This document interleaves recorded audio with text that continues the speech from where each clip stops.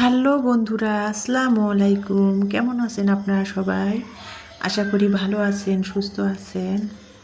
আবারও হাজির হলাম আমার ডেইলি লাইফের ভালো লাগা মন্দ লাগাগুলো আপনাদের মাঝে শেয়ার করার জন্য।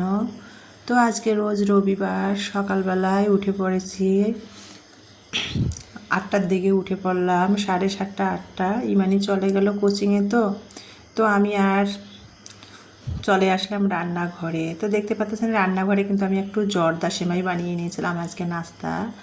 আটা শেষ হয়ে গেছে, তো আর ইদানিং রুটি বানাতে পারি না, কোমরের ব্যথা করে। দাঁড়ায়ও রুটি বেলতে পারি না, বসেও রুটি বেলতে পারি না।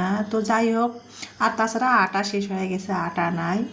তো একটু লাচ্চা সেমাই দিয়ে জর্দা রান্না করলাম, আর একটু চা বানিয়ে চা মুড়ি খেয়ে তারপরে আমি বাসার কিন্তু বাসি ঘর পুরা রুমের না ঝাড়মোছ করে তারপরে বাজারে চলে আসলাম। 10টা 10:30 আনুমানিক হবে, 10:30 দিকে। তো দেখতে পাচ্ছেন আজকে রোজ রবিবার।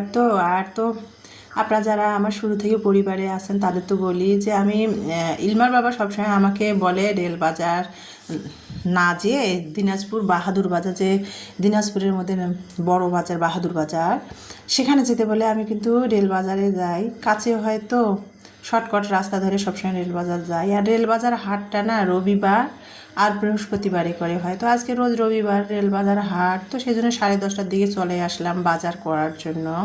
ইলমার বাবা যাওয়ার পর থেকে কিন্তু পাড়ার দোকান থেকে টুকিটাকি বাজার করে চলতেছিলাম। আর ইদানি কেন জানি আমার বাজার করতে ভালো লাগে না, বাইরে বের হইতে ভালো লাগে না। শরীরটা কেমন জানি লাগে, ক্লান্ত ক্লান্ত লাগে, আর ভালো লাগে না। সেই জন্য বাজার আসতে ভালো লাগে না। আমি পাড়ার দোকান থেকেই আর কি নিচে নেমে পাড়ার দোকান থেকে টুকিটাকি হালকা পাতলা বাজার নিয়ে নিয়ে এনে এনে চলতেছিলাম ইলমার বাবা যাওয়ার পর থেকে। তো দেখতে পাচ্তেছেন আজকে ভাবলাম যে এভাবে আর বাচ্চারা, আমার 2 মেয়ে, এভাবে আর চলা যাবে না। সেজন্য আজকে একটু ধৈর্য নিয়ে বাজারে চলে আসলাম, রেল বাজারে। তো আজকে রেল বাজার হাট, তো সেটাই দেখাচ্ছিলাম। মানে রাস্তার এধার ওধারে দুই পাশে আর কি হকার্স, দূর দূরান্ত থেকে ব্যবসায়ীরা আসছে, হকার্স ব্যবসায়ীরা। এই যে মানে রাস্তার দুই সাইডে ফুটপাতগুলোতেও আর কি যত রকমের সামগ্রী নিয়ে বসছে। এগুলো হলো বাঁশের সব সামগ্রী, ঝুড়ি, ডেলি, মানে যে যে নামে চেনে সেগুলা। হাটের দিন তো, অন্য দিন এগুলো আবার আসে না, হাটের দিনে শুধু এগুলো আসে। তো এই যে যাই হোক, এত আর বাজারে কারেন্ট নাই, মানে বাজারে আর কি সবাই পাখা দিয়ে আর কি বাতাস করতেছিল। কারেন্ট চলে গেছে, কারেন্ট নাই। আর এখন তো 10টা 10:30 বাজে, এখন তো মানে রোডটা একেবারে কড়া। তো যাই হোক, এই যে বাজার করতেছিলাম। আর বাজারের ব্যাগ নিয়ে না কি হয় জানেন, বাজারের ব্যাগ এক হাতে নিয়ে তারপর আর এক হাতে মানে আমার হ্যান্ড ব্যাগ নিয়ে বাজারের ব্যাগ নিয়ে ভিডিও করা কিন্তু খুব কষ্ট হয়ে যায়। তারপরে যতখানি পারি আমি ভিডিও করে আমার ভালো লাগাগুলা আপনাদের সাথে শেয়ার করার চেষ্টা করি। তো বাজার অনেকগুলা করেছি, বাজারের ব্যাগ হাতে অনেক ভারী। যতখানি পারছি একটুখানি শর্টস করে ভিডিওগুলো করে নিয়ে আপনাদের সাথে ভালো লাগাগুলো শেয়ার করলাম। তারপরে অটো ধরে বাসায় চলে আসলাম। দেখতে পাচ্ছেন কী কী বাজার নিয়ে আসলাম সেটাই আপনাদের সাথে শেয়ার করব। করলা নিয়ে আসছি, করলা হলো 60 টাকা কেজি। হাফ কেজি করলা নিয়েছি, এখানে 20 টাকা নিয়েছে। শশা নিয়েছি 250 গ্রাম, 10 টাকা নিয়েছে। তো যাই হোক, যেটা বলতেছিলাম, পটল নিয়েছি হাফ কেজি, মিষ্টি কুমড় হাফ কেজি নিয়েছি, তারপরে লেবু নিয়েছি 1 হালা। আর এখানে মানে আমি তো মানে বেশিক্ষণ বসে থাকতে পারি না, সেই জন্য আর কি আস্ত মুরগি নিয়ে আসি নাই। কাটতে হবে, সিলতে হবে, বাছতে হবে, সেই জন্য কাটা মুরগি নিয়ে আসলাম 1 কেজি। মানে ব্রয়লার মুরগিটা যে কেটে বিক্রি করে সেটা হলো 260 টাকা কেজি, যে মুরগিটা কেটে বিক্রি করে। আর যে আস্ত যে মুরগিটা সেটা 170 টাকা কেজি। তো আমি বেশিক্ষণ বসে মুরগি পরিষ্কার করতে পারবো না, ড্রেসিং করতে ঝামেলা হবে, কাটা বাছা করতে। তো ওখানেই আমি দোকানদারের কাছ থেকে, মুরগিওয়ালার কাছ থেকে মুরগিগুলো কেটে নিয়ে আসলাম 1 কেজি। তারপরে আর কি মানে সোনালি মুরগিটার পা নিয়ে আসছি, প্রেশার কুকারে সিদ্ধ করে মুরগির পায়ের লেহারি খাবো, এই জন্য 10 টাকার ন্যাপথলিন নিয়ে আসছে। যে বাথরুমের যে পানি যায় না, পানির জায়গাটাতে নেটটাতে একটু ন্যাপথলিন আমি দিই, আর বেশি নেই, ন্যাপথলিন নিয়ে আসছি। আটা নিয়ে আসছি, এখানে নুডলস, মানে কি কি আর কি। এই লতিটা 30 টাকা চাচ্ছিল, তো আমি 20 টাকা দিয়ে নিয়ে আসলাম। মানে কি নিয়ে আসলাম সেটাই আর কি বাজার করে আপনাদের সাথে শেয়ার করতেছি। আর এতগুলো বাজার না, বাজারের ব্যাগে ধরতেই ছিল না, ঝুলতে ঝুলতে বাজারে ঘুরে ঘুরে বাজার করা খুব কষ্ট আর কি। তার ঠিকমতো ভিডিওগুলোও আর কি এই জন্য করতে পারি নাই। তো বাজারগুলো কী করলাম সেটা আপনাদের সাথে শেয়ার করে দিলাম। আর এখন আর কি শর্টকাট আর কি রান্না একটু করছি। মুরগি যে নিয়ে আসলাম ব্রয়লার মুরগিটা, সেটাই ভাবলাম যে আর কিছু করবো না, কাঁচা শাক সবজি থাক। যেহেতু এখন মানে 1:30 বেজে গেছে, সেই জন্য বললাম ইলমার টিচার যেহেতু চলে আসবে, ইমানিও যেহেতু কোচিংয়ে যাবে, সেই জন্য বললাম যে শর্টকাট এখন ব্রয়লার মুরগির মাংসটা কেটেই নিয়ে আসছি বাজার থেকে, ধুয়ে শুধু আলু 2টা কেটে দিয়ে একটু ব্রয়লার মুরগি ঝালঝাল করে রান্না করে ফেলি। তো যেই কাজ সেই কথা, ব্রয়লার মুরগিটা আজকে ব্রয়লার মুরগিটা না আমি মশলা কষাই নেই।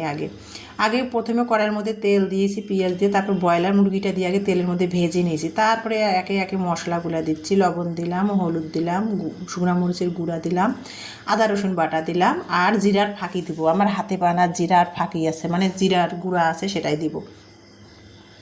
দিয়ে তারপরে আর কি মাংসটা আবারও ভালো করে ভেজে নিচ্ছে। ওই যে মশলা আজকে কষাই নেই, আজকে মাংস আগে তেলের মধ্যে ভেজে তারপরে মাংসের উপরে সব মশলাগুলো দিচ্ছিলাম, আর মানে মশলাগুলো মাংসের সাথে কষাই নিচ্ছিলাম। মাংসটা কষা হয়ে গেল, প্রায় মানে লেগে আসতেছিল। এখন পানি দিব সিদ্ধর জন্য।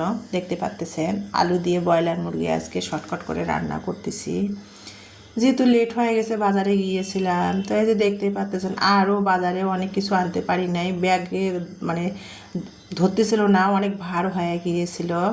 তো যাই হোক, এই যে খালা একটু ডাল দিল, বুটের ডাল, তো সেটা আর কি নিয়ে নিলাম। আর কি ইমানি ইলমাকে দিয়েছিল। আর এই যে আমি ব্রয়লার মুরগিটা আলু দিয়ে ভুনা করলাম ঝাল করে, সেটা নিলাম। ইমানি একটু শসা টমেটো লেবুর সালাদ বানিয়ে দিল, তো সেটা দিয়ে দুপুরের খাবারটা খাচ্ছি আর আপনাদের সাথে শেয়ার করতেছিলাম। দেখতে পাচ্তেছেন। আর ডাইনিং রুমে না ইলমার বাবা থাকলে ডাইনিংটা ব্যবহার করি, ইলমার বাবা নাই তো। আর ডাইনিং রুমের ফ্যানটা অনেক পুরানো হয়ে গেছে, বাতাস লাগে না, সেই জন্য ইমানের বেডরুমের এখন শীতল, দুপুরবেলা তো ইমানের বেডরুমটা সকালে গরম, মানে 1টার পর থেকে ইমানের বেডরুমটা কিন্তু অনেক ঠান্ডা বাতাস আসে জ্বালানা দিয়ে। ইমানের বেডরুমটাতে একটা টাওয়েল বিছাই দিয়ে বিছানার উপরে বসে খাচ্ছিলাম ফ্যানের তলায়।